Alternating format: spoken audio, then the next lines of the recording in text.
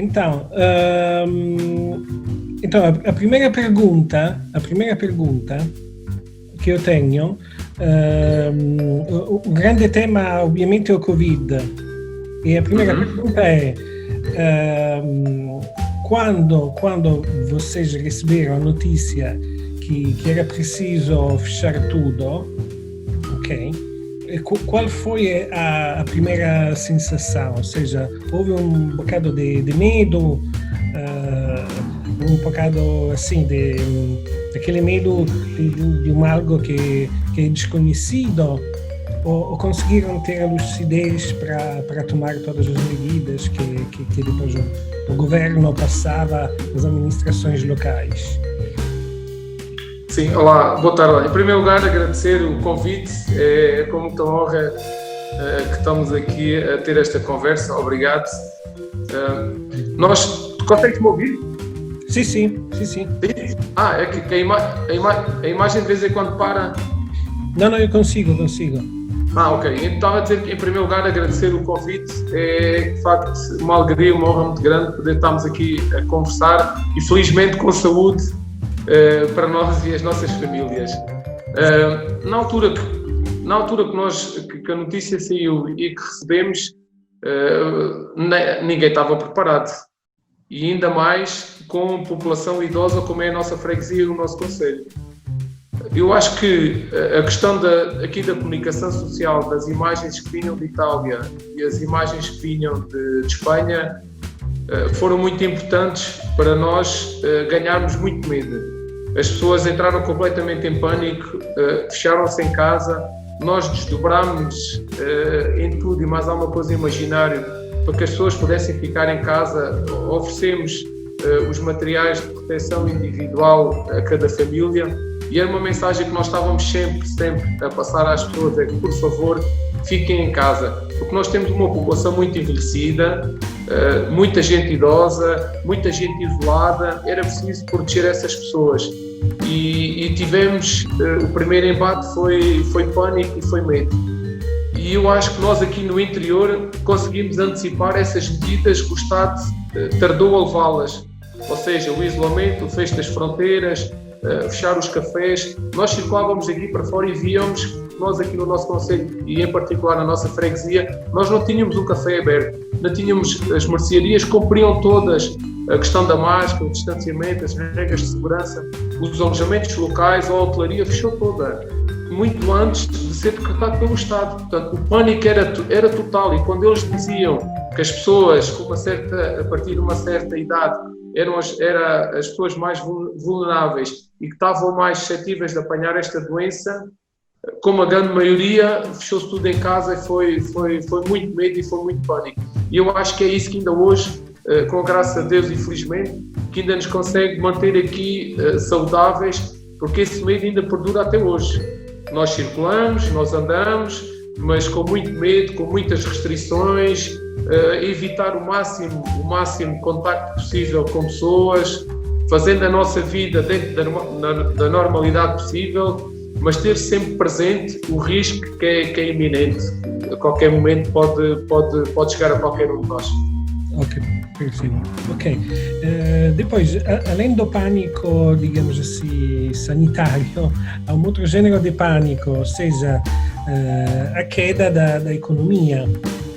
As lojas fechadas, os bares fechados, criam uma situação em que os comerciantes perderam dinheiro, e agora a pergunta é como é que eles vão recuperar todos esses dinheiros e como pagar eventualmente, digamos assim, os fornecedores, etc.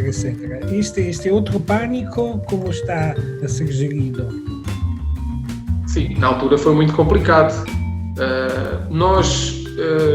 Uma das coisas que também atenua um pouco esse pânico monetário e da economia é que também não temos aqui grandes empresas, não há grandes indústrias, não há grandes fábricas. É verdade que vivemos muito do turismo e da hotelaria e houve grandes quebras no turismo e na hotelaria, houve o fecho dos restaurantes, dos alojamentos, foi complicado. Mas felizmente que tem havido muitos apoios, tanto da parte da autarquia, das juntas, tem havido muito apoio e felizmente estamos a ter esta retoma agora do turismo, contudo com muito cuidado e muita atenção, porque o problema continua, está cá, mas sabe, nós aqui temos uma agricultura de subsistência, ou seja, todas as pessoas têm a sua hortazinha, a família, todos se ajudam muito uns aos outros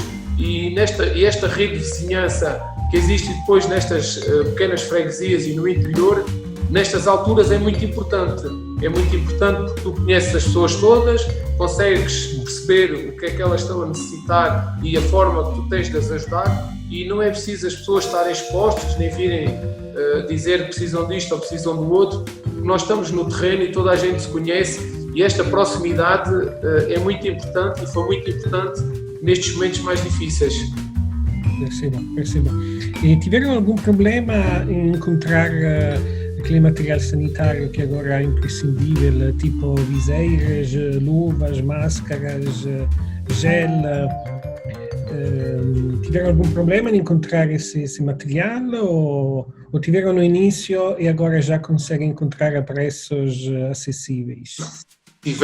No início tivemos muita dificuldade em adquirir produtos. Levávamos 6, 7, 8 horas em frente ao computador à procura de empresas, à procura de encomendas, a fazer encomendas, não se conseguia encontrar nada. A ligar para fornecedores que hoje tinham um produto, passado uma hora ligavam-nos a dizer que já não tinham material para entrega. Foi muito difícil. Aqui também eu acho que devia ter havido uma intervenção do Estado muito mais cedo na regulação dos preços, na descida dos IVAs, porque depois das coisas estarem estabilizadas e começar a haver produto no mercado, é que se baixou os preços, mas depois já as instituições, já as juntas, já as pessoas estavam fornecidas deste material que não havia ao início. E foi muito difícil, foi muito difícil encontrar, era desespero, eram horas e horas ao computador a fazer telefonemas, a pesquisar na internet por produtos que não se conseguiam encontrar. Claro. E agora já não estamos numa fase, é um lockdown mais soft e as pessoas quando se encontram conseguem falar de também outros assuntos que não sejam o Covid-19, ou seja, conseguem lentamente voltar àquela normalidade que provavelmente ainda está longe para vir, mas já estamos nos afastando da fase mais escura, mais sombria, ou ainda o Covid é um tema de discussão, digamos assim, na povoação brasileira? Inevitavelmente o Covid continua a ser o primeiro tema de conversa. Já todos nós percebemos que o país não pode parar, a economia não pode parar, as pessoas têm que continuar a sua vida, porque já também percebemos que isto não é uma fase curta como se pensava no início, mas que se vai prolongar ainda por algum tempo, e em que as pessoas paulatadamente vão ter que refazer a sua vida e voltar às suas atividades. Com certeza que as pessoas vão conversando com alguma distância, com alguma segurança, mas sem dúvida que as conversas continuam todas à volta do Covid, o que é que se podia ter evitado, o que é que a gente tem que fazer, como é que a gente consegue ajudar o A, o B ou o C, como é que se consegue evitar que um problema destes atinja as nossas famílias, a nossa freguesia, o nosso concelho. Continua a ser maioritariamente, sem dúvida, as conversas em volta do Covid-19. Ok. Qual é a sua ideia sobre a origem deste vírus? Na sua ideia, é correto, como dizem nos Estados Unidos, um vírus chinês? Ou alguém escondeu alguma informação? Na sua opinião, qual é a ideia? Esta é uma pergunta bastante difícil, não é fácil obter uma resposta. Nós que acompanhamos as notícias diariamente, percebemos que há aqui muita contradição, até por parte da Organização Mundial de Saúde também, que hoje diz e amanhã já diz outra e que se contradiz, e até a própria ministra. É difícil nós termos uma opinião formada pela diversa informação que nós recebemos e que nos é passada para nós. Mas é difícil perceber como é que isto surge. A gente lembra-se no final do ano passado de se ouvir este problema na China e toda a gente dizer que isto não chegava cá, que estejam descansados, que isto é tranquilo, que não vai atingir a Europa, ou que se for é uma coisa insignificante. O que é certo é que isto para uma economia mundial. Não estamos a falar de uma coisa que surge por acaso. E como é que eu imagino que os mais afetados foram os idosos, mas no sentido que os idosos talvez já têm algumas limitações devido à idade e depois o coronavírus criou ainda outras limitações, Claro. a distância, a possibilidade de não ver os netos, etc, etc. Como é que esses idosos estão aguentando essa situação do ponto de vista psicológico, digamos assim? São mais melancólicos ou agora já conseguem ter mais confiança? Não, nós olhamos para as pessoas e nota-se claramente, até por nós, nota-se claramente uma tristeza na cara das pessoas. Eu falo, por exemplo, no meu caso em pessoal, com a minha filha e com os meus pais. Nós desde o início de março que não vamos à casa dos meus pais, cumprimentamos-nos no portão, eles à porta, nós na estrada, olá, tudo bem, mas não há um abraço, não há um carinho, nunca mais houve um almoço de família, um jantar, um pique, todos juntos. O mesmo se passa com inúmeras famílias e nota-se isto para os idosos, até se para nós que somos novos sentimos esta tristeza e esta melancolia de não poder ir ao pé dos nossos pais e abraçá-los e cumprimentá-los, imagino a parte deles em relação aos netos e aos filhos também. Nota-se perfeitamente na cara deles. Sim. Ok. E, conseguiram, e depois com as crianças, como é que conseguiram comunicar esta situação de uma forma que não fosse demasiado pesada para... Aqui as crianças entenderam logo também de uma forma muito clara o problema que se estava a passar. Nós também fazíamos questão que elas acompanhassem as notícias e que se sentassem connosco no sofá e que comentassem as notícias que estavam a passar na televisão. Que era importante elas também terem essa percepção para quando vissem o avô, o tio, o primo, não irem a correr para os braços e perceberem porque é que a gente não pode ter um contacto físico, porque é que não nos podemos abraçar, porque é que não nos podemos tocar, beijar. Este diálogo realmente foi duro, mas era uma conversa que tinha obrigatoriamente de passar pelos pais dos filhos e acompanhar as notícias e divulgar essa informação junto deles para que eles estivessem cientes do risco que podiam incutir aos avós, aos pais. Claro, ok. Existe esta ideia que qualquer coisa de negativo é depois uma ocasião para reconstruir a própria vida ou para reconstruir o ambiente, o espaço onde nós moramos. Ou seja, que é sempre preciso ter um choque, um evento negativo para depois fazer uma construção de coisas mais positivas. Ok? Ou seja, às vezes ouvem-se pessoas a dizer o coronavírus ensinou isto e aquilo. É assim que é verdadeiramente assim. O coronavírus é só um evento negativo e basta, ou pode trazer algo de positivo, pode ser uma ocasião para reconstruir também as nossas pequenas aldeias. Sim, eu acho que dificilmente a vida daqui para a frente será como era anterior do coronavírus, né? Há coisas, se calhar, métodos que nós vamos usá-los já para sempre e que vão ficar interiorizados em nós. Agora, a questão do negativo e disto afetar nós a nível pessoal, a nível sociedade, claro que nunca vai ser como era, mas nós temos uma memória muito curta Nós agora estamos a passar por esta situação e temos já alguns casos, e está a acontecer agora com este desconfinamento que está a acontecer, né?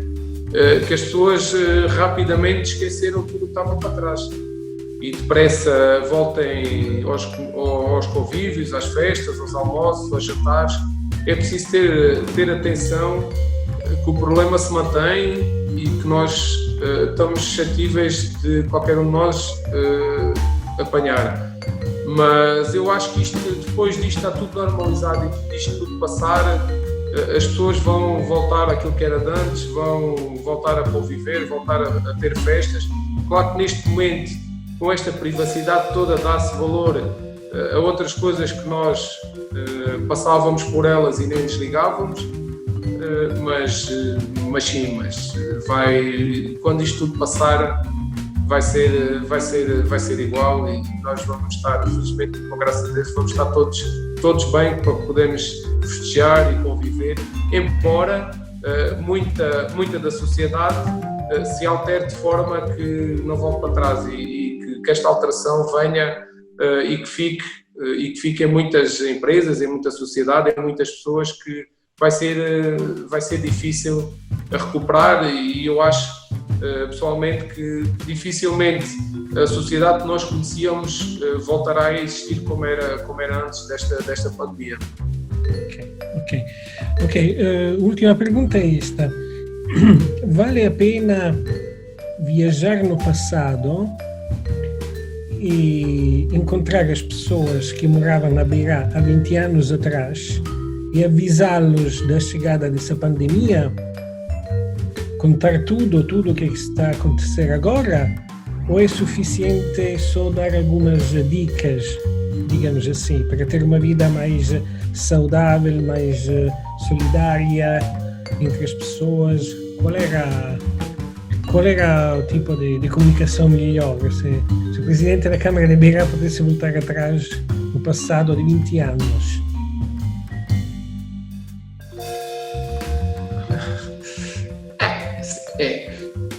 Nós aqui, a freguesia é uma freguesia muito singular pelas pessoas que cá moram, pela vivência e pela história toda que a freguesia teve.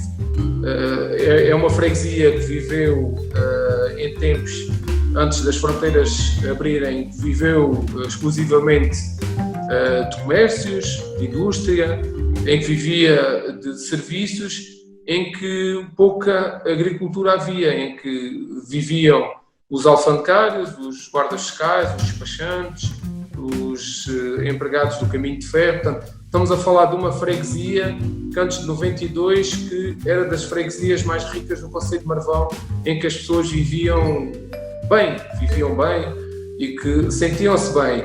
Com a abertura das fronteiras, a coisa complicou-se, porque muita gente foi para o desemprego.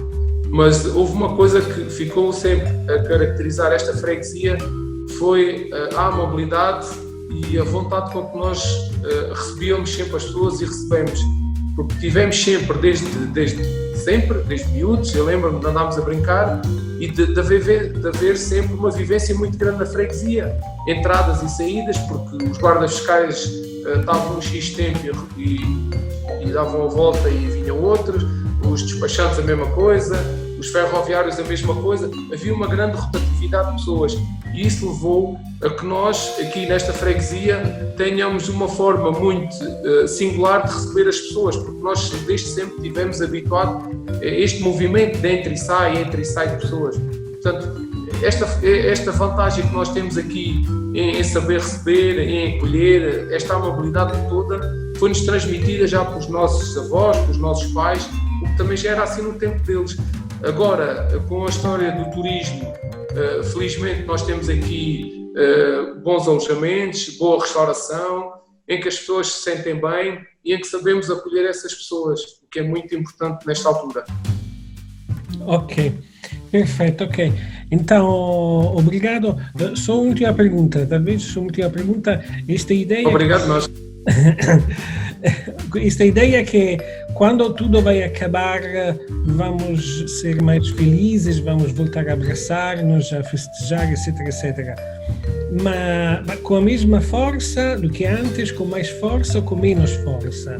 Porque uma das características do coronavírus é que é uma situação muito prolongada no tempo e portanto, pode afetar as nossas forças. Ou seja, quando tudo isso vai acabar, nós vamos voltar a fazer os nossos festejos, etc, etc. Mas talvez não vamos ter as mesmas forças que tínhamos antes.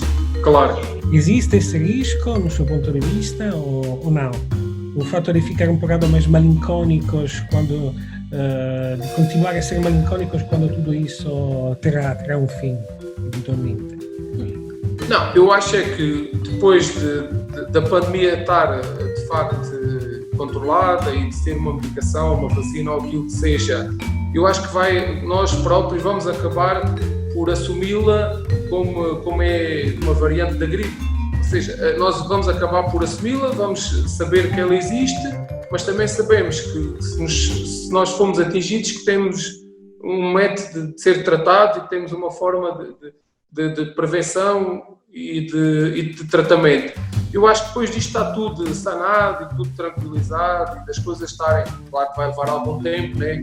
Eu acho que esta alegria depois acaba normalmente por voltar às pessoas, porque depois isto é tudo contagiado uns com os outros, porque se nós estamos bem, queremos ver o vizinho bem, se o vizinho estar bem, queremos dar ânimo ao outro vizinho que também se calhar não está bem, e a coisa depois acaba por ser contagiante e acaba por ir de porta em porta e convidar o amigo A, o B ou o C para um convívio, para uma festa e explicar que agora já está tranquilo, que se tiver um problema pode recorrer ao Sistema Nacional de Saúde e ter um tratamento, e que o coronavírus veio para ficar e que a nossa vida vai ter que andar para a frente.